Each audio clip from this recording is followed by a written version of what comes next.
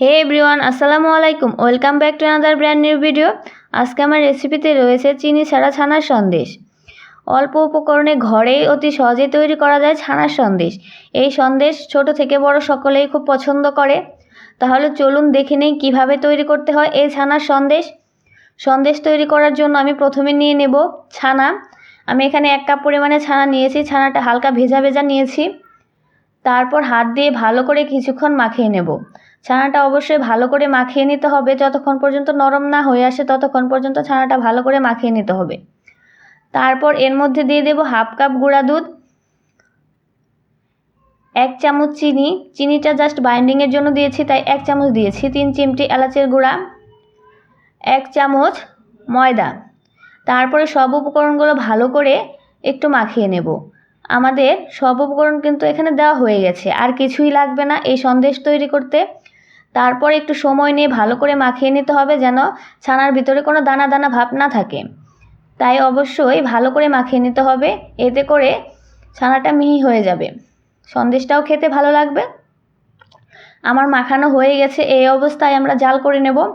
জাল করার জন্য চুলায় একটি প্যান বসিয়ে তারপর দিয়ে দেব মাখানো ছানাটা। অবশ্যই চুলার আঁচটা লো রাখতে হবে, হাই হিটে কিন্তু এটা জাল করা যাবে না। লো হিটে, চুলার আঁচটা লো হিটে রেখে ছানাটা ভালো করে পাক দিয়ে নিতে হবে। ছানাটা যত ভালো পাক দেওয়া হবে সন্দেশটা তত ভালো লাগবে খেতে। তাই একটু ধৈর্য সহকারে সময় নিয়ে ভালো করে ছানাটা পাক দিয়ে নিতে হবে। আর এটা একটু সময় লাগবে, যেহেতু এখানে চিনি ইউজ করিনি তাই ছানার পানিটা শুকাতে একটু সময় লাগবে। 20 মিনিট পর দেখেন এই অবস্থা হয়েছে আমার। ছানার প্রায় রেডি হয়ে এসেছে। তারপরেও ভালো করে প্যাচেলার সাহায্যে চেপে চেপে জাল করে নিতে হবে। একটা পর্যায়ে দেখবেন প্যানে আর লেগে থাকবে না, তখন ভাববেন যে আপনার পাক দেওয়া হয়ে গেছে। তখন প্যাচেলার সাহায্যে ভালো করে নাড়াচাড়া করে চাপ দিয়ে দিয়ে ছানাটা পাক দিয়ে নিতে হবে। এই কাজটা একটু ধৈর্য সহকারে এবং সময় নিয়ে করতে হবে। পাকটা ভালো হলে ছানার সন্দেশটা খেতেও ভালো লাগবে। আমার হয়ে গেছে।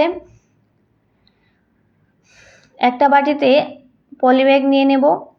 এর মধ্যে আমি পাক দেওয়া ছানাটা রেখে দেব, এতে করে আর ড্রাই হয়ে যাবে না।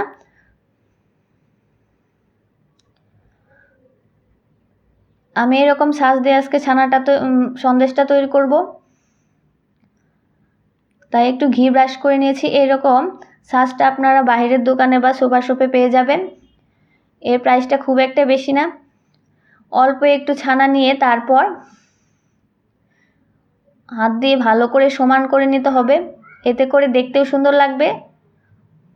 তারপর আরেকটা দিয়ে ভালো করে চাপ দিয়ে নিতে হবে। একটু চাপ দিলেই হয়ে যাবে সন্দেশ।